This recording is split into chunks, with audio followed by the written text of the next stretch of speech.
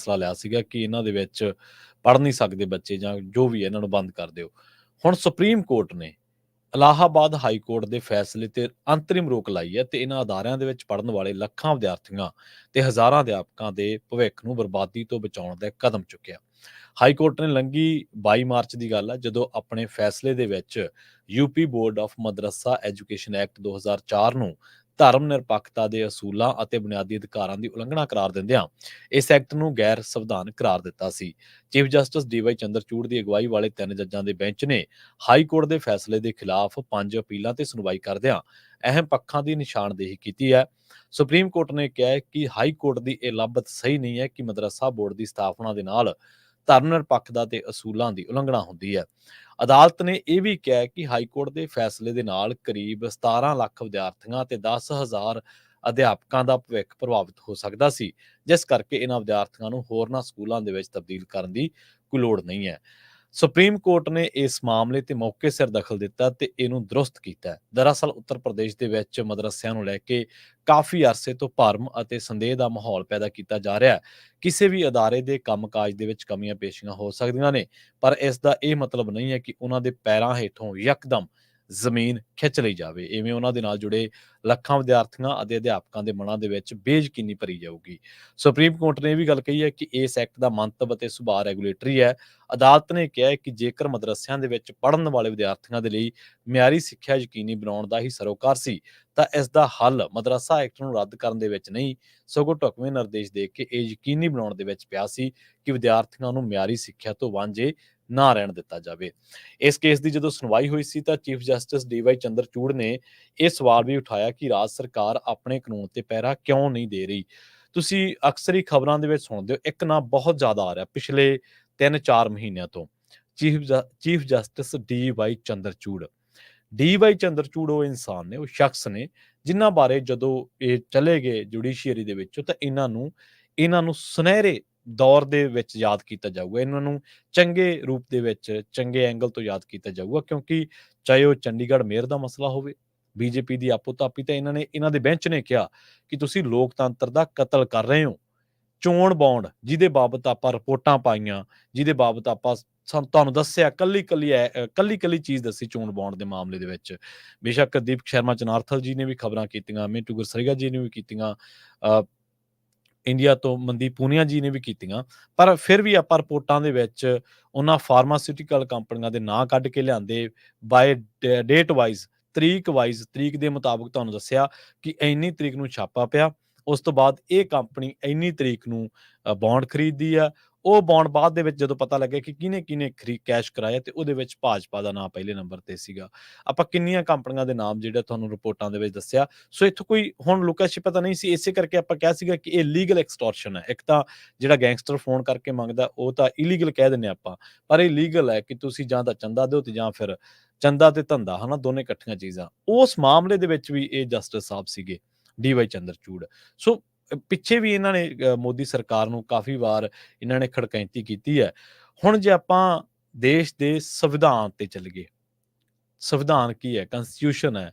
ਸੰਵਿਧਾਨ ਇੱਕ ਖਰੜਾ ਹੈ, ਇੱਕ ਉਹ ਨੀਤੀ ਹੈ, ਤੈਅਗਤ ਨੀਤੀ ਹੈ ਜਿਹਦੇ ਤਹਿਤ ਮੁਲਕ ਚੱਲਦਾ ਹੈ। ਹੁਣ ਜੇ ਆਪਾਂ ਕੋਈ ਗੱਡੀ ਚਲਾਉਣੇ ਆ ਤਾਂ ਉਹਨੂੰ ਜੇ ਆਪਾਂ ਡਰਾਈਵ ਦੇ ਵਿੱਚ ਪਾਉਣਾ ਤਾਂ ਫੇਰ ਹੀ ਅੱਗੇ ਚੱਲਦੀ ਹੈ ਨਾ, ਨਿਊਟਰਲ ਤਾਂ ਖੜੀ ਹੈ।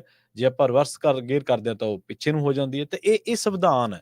ਮੁਲਕਾਂ ਨੂੰ ਚਲਾਉਣ ਦੇ ਲਈ ਕੀ ਚੀਜ਼ ਬਣਾਈ ਗਈ? ਸੰਵਿਧਾਨ ਬਣਾਇਆ ਗਿਆ, ਕਨਸਟੀਟਿਊਸ਼ਨ ਬਣਾਇਆ ਗਿਆ ਕਿ ਇਹ ਕਨਸਟੀਟਿਊਸ਼ਨ ਹੈ ਤੇ ਇਸ ਤੋਂ ਇਲਾਵਾ ਇਹ ਜੋ ਦੇਸ਼ ਦੇ ਵਿੱਚ ਜੋ ਵੀ ਕਾਨੂੰਨ ਬਣੂਗਾ, ਜੋ ਵੀ ਕੁਛ ਵੀ ਹੋਊਗਾ, ਨਵਾਂ ਐਕਟ ਬਣੂਗਾ, ਨਵੀਂ ਨੀਤੀ, ਕੋਈ ਪਾਲਿਸੀ ਲਿਆਂਦੀ ਜਾਊ, ਤਾਂ ਉਹ ਦੇਖਿਆ ਜਾਊਗਾ ਕਿ ਕੀ ਇਹ ਸੰਵਿਧਾਨ ਦੇ ਦਾਇਰੇ ਦੇ ਵਿੱਚ ਫਿੱਟ ਬੈਠਦੀ ਹੈ।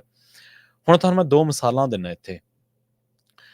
ਇੱਕ ਪਾਸੇ ਇਹ ਰੋਣਾ ਰੋਣਗੇ, ਇੱਕ ਲੋਕਾਂ ਦੇ ਉੱਤੇ ਥੋਪਦੇ ਆ ਕਿ ਅਸੀਂ ਸੰਵਿਧਾਨ ਦੇ ਮੁਤਾਬਕ ਕਰ ਰਹੇ ਹਾਂ। ਜਿਹੜਾ ਹਾਈ ਕੋਰਟ ਦਾ ਫੈਸਲਾ ਇਲਾਹਾਬਾਦ ਦਾ, ਇਹ ਵੀ ਸੰਵਿਧਾਨ ਦੇ ਮੁਤਾਬਕ ਕਿਹਾ ਜਾ ਰਿਹਾ।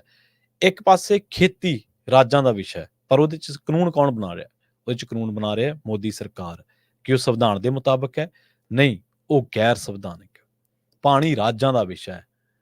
ਰਾਜ ਉਸ ਮਾਮਲੇ ਦੇ ਵਿੱਚ ਆਪੇ ਆਪ ਤੈਅ ਕਰ ਸਕਦਾ ਚੀਜ਼ਾਂ, ਪਰ ਅੱਜ ਕਿੱਥੇ ਗਈ ਇਹ ਗੱਲ? ਸੁਪਰੀਮ ਕੋਰਟ ਦੇ ਪਾਲੇ 'ਚ। ਸੁਪਰੀਮ ਕੋਰਟ ਕੀ ਕਹਿ ਰਹੀ ਹੈ ਕਿ ਪ੍ਰਧਾਨ ਮੰਤਰੀ ਦੀ ਸਲਾਹ ਲੈ ਲਓ। ਪ੍ਰਧਾਨ ਮੰਤਰੀ ਸਲਾਹ ਤਾਂ 1976 ਦੇ ਵਿੱਚ ਵੀ ਲਈ ਸੀ, ਰਿਵਾਰਡ ਇੰਦਰਾ ਗਾਂਧੀ ਨੇ ਸੁਣਾਤਾ ਸੀ। ਧੱਕੇ ਦੇ ਨਾਲ ਉਹਨੇ ਸਾਈਨ ਕਰਾਤੇ ਸੀ। ਆਪਾਂ ਜਦੋਂ SYL ਤੇ ਗੱਲ ਕੀਤੀ ਤੇ ਕਿੰਨੀ ਵਾਰ ਆਪਾਂ SYL ਦੀ ਹਿਸਟਰੀ ਫਰੋਲੀ ਹੈ, ਅਕਾਲੀ ਕਾਂਗਰਸੀ ਜੋ ਵੀ ਉਸ ਮਾਮਲੇ ਦੇ ਵਿੱਚ ਜ਼ਿੰਮੇਵਾਰ ਲੋਕ ਨੇ ਉਹਨਾਂ ਨੂੰ ਕਟਹਿਰੇ ਦੇ ਵਿੱਚ ਖੜਾ ਕੀਤਾ। ਸੰਵਿਧਾਨ ਦਾ ਪ੍ਰੀਐਂਬਲ ਕਹਿੰਦਾ ਹੈ, ਭਾਰਤੀ ਸੰਵਿਧਾਨ ਦਾ ਪ੍ਰੀਐਂਬਲ ਹੁੰਦਾ ਜਿੰਦ ਜਾਨ, ਜਿਹਦੇ ਨਾਲ ਸੰਵਿਧਾਨ ਖੜਾ ਹੈ। ਉਹ ਕਹਿੰਦਾ ਕਿ ਇੱਥੇ ਹਰ ਇੱਕ ਨੂੰ ਆਪਣੇ ਧਰਮ ਦੇ ਮੁਤਾਬਕ, ਆਪਣੀ ਧਾਰਮਿਕ ਮਾਨਤਾ ਦੇ ਮੁਤਾਬਕ ਰਹਿਣ ਦੀ ਆਜ਼ਾਦੀ ਹੈ।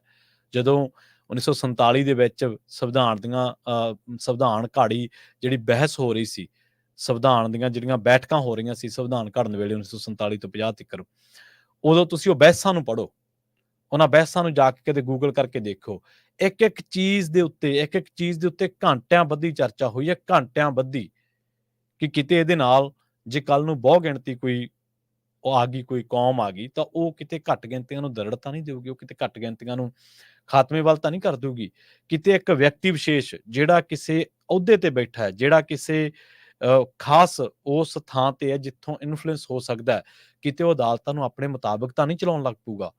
ਇੱਥੋਂ ਤੱਕ ਕਿ ਪੁਲਿਸ ਬਾਰੇ ਵੀ ਲਿਖਿਆ ਗਿਆ ਕਿ ਪੁਲਿਸ ਸਿਆਸੀ ਪਰਛਾਵੇਂ ਤੋਂ ਰਹਿਤ ਹੋਣੀ ਚਾਹੀਦੀ ਹੈ, ਔਰ ਹਰ ਇੱਕ ਇੰਡੀਵਿਜੂਅਲ ਨੂੰ, ਹਰ ਇੱਕ ਵਿਅਕਤੀ ਵਿਸ਼ੇਸ਼ ਨੂੰ ਆਜ਼ਾਦੀ ਦਿੱਤੀ ਗਈ ਹੈ। Right of expression, freedom of speech, ਇਹ ਸਾਰੇ ਕਾਲਮ ਨੇ ਵੱਡੇ ਸੰਵਿਧਾਨ ਦੇ ਵਿੱਚ। ਕੋਈ 13ਵੇਂ ਨੰਬਰ ਤੇ ਹੈ, ਕੋਈ 17ਵੇਂ ਨੰਬਰ ਤੇ ਚੀਜ਼ ਹੈ।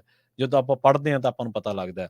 ਹੁਣ ਕਈ ਵਾਰੀ ਕਈ ਬੰਦੇ ਸੋਚਦੇ ਹੋਣਗੇ ਕਿ ਕੱਲ ਦਾ ਜਵਾਕ ਤੇ ਅੱਜ ਸੰਵਿਧਾਨ ਦੀਆਂ ਗੱਲਾਂ ਕਰੀ ਜਾਂਦਾ, ਪਰ ਇਹ ਚੀਜ਼ਾਂ ਆਪਾਂ ਪੜ੍ਹਦੇ ਹਾਂ, ਜਦੋਂ ਆਪਾਂ ਜਰਨਲਿਜ਼ਮ ਕਰਦੇ ਹਾਂ, ਜਰਨਲਿਜ਼ਮ ਦੇ ਵਿੱਚ ਇਹ ਚੀਜ਼ਾਂ ਆਉਂਦੀਆਂ। ਤੁਹਾਨੂੰ ਸਾਰਾ ਕੁਛ ਤੁਹਾਨੂੰ ਸਿਖਾਇਆ ਜਾਂਦਾ ਹੈ ਕਿ ਤੁਸੀਂ ਜੇ ਖਬਰ ਕੋਈ ਕਰ ਰਹੇ ਹੋ ਤਾਂ ਉਹ ਖਬਰ ਕਿਵੇਂ ਐਂਟੀ ਨੇਸ਼ਨ ਬਣ ਸਕਦੀ ਹੈ, ਉਹ ਖਬਰ ਕਿਵੇਂ ਕਿਸੇ ਵਿਅਕਤੀ ਵਿਸ਼ੇਸ਼ ਦੀ ਆਜ਼ਾਦੀ ਬਾਰੇ ਉਹਨੂੰ ਗਲਤ ਕਰ ਸਕਦੀ ਹੈ, ਉਹ ਖਬਰ ਕਿਵੇਂ ਕਿਸੇ ਦੀ ਕਿਰਦਾਰਕੁਸ਼ੀ ਕਰ ਸਕਦੀ ਹੈ, ਖਬਰ ਦੇ ਵਿੱਚ ਫੈਕਟ ਕਿਵੇਂ ਪਾਏ ਜਾਂਦੇ, ਖਬਰ ਦੇ ਵਿੱਚ ਰੈਫਰੈਂਸਸ ਕਿਵੇਂ ਪਾਏ ਜਾਂਦੇ ਆ। ਇਹ ਸਾਰਾ ਕੁਝ ਤੁਹਾਨੂੰ ਦੱਸਿਆ ਜਾਂਦਾ ਹੈ। ਹਾਲਾਂਕਿ ਹਰ ਇੱਕ ਦਾ ਸਿੱਖਣ ਦਾ ਤਰੀਕਾ, ਹਰ ਇੱਕ ਦਾ ਗੱਲ ਨੂੰ ਗ੍ਰਹਿਣ ਕਰਨ ਦਾ ਤਰੀਕਾ ਵੱਖਰਾ ਹੈ। ਪਰ ਮੈਂ ਸੰਵਿਧਾਨ ਦੇ ਪ੍ਰੀਐਂਬਲ ਤੇ ਤਾਂ ਗਿਆ ਕਿਉਂਕਿ ਇਹ ਕਹਿੰਦੇ ਕਿ UP board of Madarsa education act 2004 ਇਹ ਧਰਮ ਨਿਰਪੱਖਤਾ ਦੇ ਅਸੂਲਾਂ ਤੇ ਬੁਨਿਆਦੀ ਅਧਿਕਾਰਾਂ ਦੀ ਉਲੰਘਣਾ ਹੈ। ਜਿਹੜਾ ਐਕਟ ਬਣਿਆ ਉਹ ਤੁਹਾਡੇ ਖਰੜੇ ਦੇ ਵਿੱਚ ਬਣਿਆ। ਤੁਸੀਂ ਉਸ ਐਕਟ ਦੇ ਵਿੱਚ ਸੋਧ ਕਰ ਸਕਦੇ ਆ, ਤੁਸੀਂ ਐਕਟ ਨੂੰ ਰੱਦ ਨਹੀਂ ਕਰ ਸਕਦੇ। ਹਾਂ, ਤੁਸੀਂ ਇਹ ਕਹਿ ਸਕਦੇ ਹੋ ਕਿ ਆਹ ਤੁਹਾਡਾ ਜਿਹੜਾ ਐਕਟ ਹੈ ਇਸ ਗੱਲ ਦੀ ਉਲੰਘਣਾ ਕਰਦਾ ਹੈ, ਇਹਦੇ ਵਿੱਚ ਤੁਸੀਂ ਆਹ ਸੋਧ ਕਰੋ ਤੇ ਉਸ ਤੋਂ ਬਾਅਦ ਤੁਸੀਂ ਇਹਨੂੰ ਦਰੁਸਤ ਕਰੋ। ਹੁਣ ਇਹ ਜਿਹੜਾ ਫੈਸਲਾ ਸੀਗਾ, ਇਹਦੇ ਨਾਲ 17 ਲੱਖ 10,000 ਅਧਿਆਪਕ ਪ੍ਰਭਾਵਿਤ ਹੋਣੇ ਸੀਗੇ।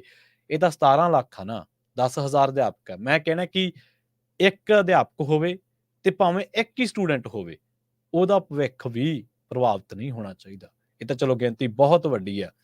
ਕਿਸੇ ਨੇ ਕਿਸੇ ਵਿਦਵਾਨ ਨੂੰ ਪੁੱਛਿਆ, ਉਹ ਕਹਿੰਦੇ ਕਿ ਡੈਮੋਕ੍ਰੇਸੀ ਕੀ ਹੈ?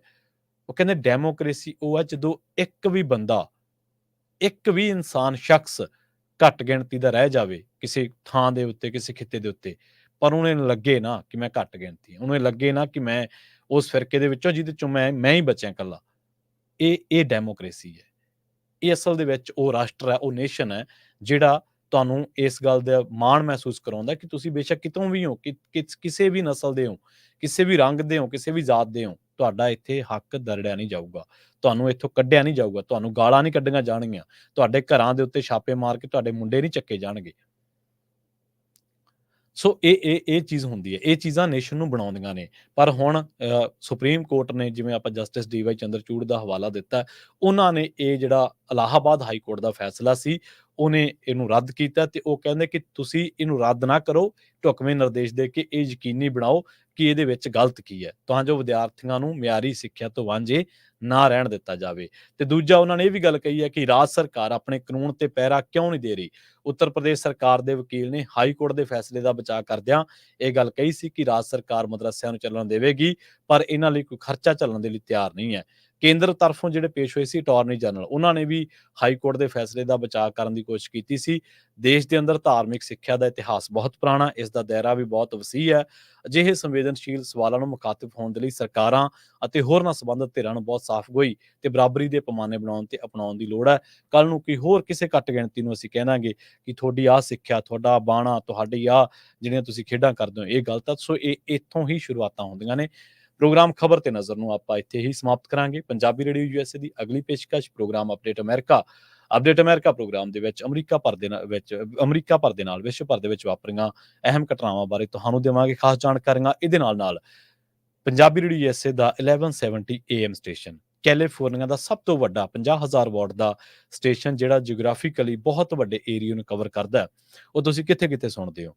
ਜਿੱਥੋਂ ਸੁਣਦੇ ਹੋ ਉੱਥੋਂ ਆਪਣਾ ਨਾਮ, ਆਪਣਾ ਫ਼ੋਨ ਨੰਬਰ, ਆਪਣਾ ਪਤਾ ਦੱਸੋ, ਉਹ ਥਾਂ ਦੱਸੋ ਤੇ ਉਸ ਤੋਂ ਬਾਅਦ ਤੁਸੀਂ ਵਿਜੇਤਾ ਬਣ ਸਕਦੇ ਹੋ ਇੱਕ ਲੱਕੀ ਡਰਾਅ ਦੇ ਤੇ ਜਿੱਤ ਸਕਦੇ ਹੋ ਬੜੇ ਹੀ ਦਿਲ ਖਿੱਚਵੇਂ ਇਨਾਮ। ਪੰਜਾਬੀ ਰੇਡੀਓ USA ਫਿਰ ਆਖਿਰ ਦੇ ਵਿੱਚ ਸਾਰਿਆਂ ਲਈ ਇੱਕ ਵੱਡਾ ਡਰਾਅ ਵੀ ਕੱਢੇਗਾ, ਇੱਕ ਵੱਡਾ ਇਨਾਮ ਵੀ ਕੱਢੇ ਜਾਣਗੇ। ਪਰ ਤੁਸੀਂ ਇਹਦੇ ਲਈ 408 272 5200 ਤੇ ਕਾਲ ਕਰਕੇ ਦੱਸ ਸਕਦੇ ਹੋ। ਬਹੁਤ-ਬਹੁਤ ਧੰਨਵਾਦ। ਸਤਿ ਸ਼੍ਰੀ ਅਕਾਲ। ਜੁੜੇ ਰਹੋ ਪੰਜਾਬੀ ਰੇਡੀਓ USA ਦੇ ਨਾਲ।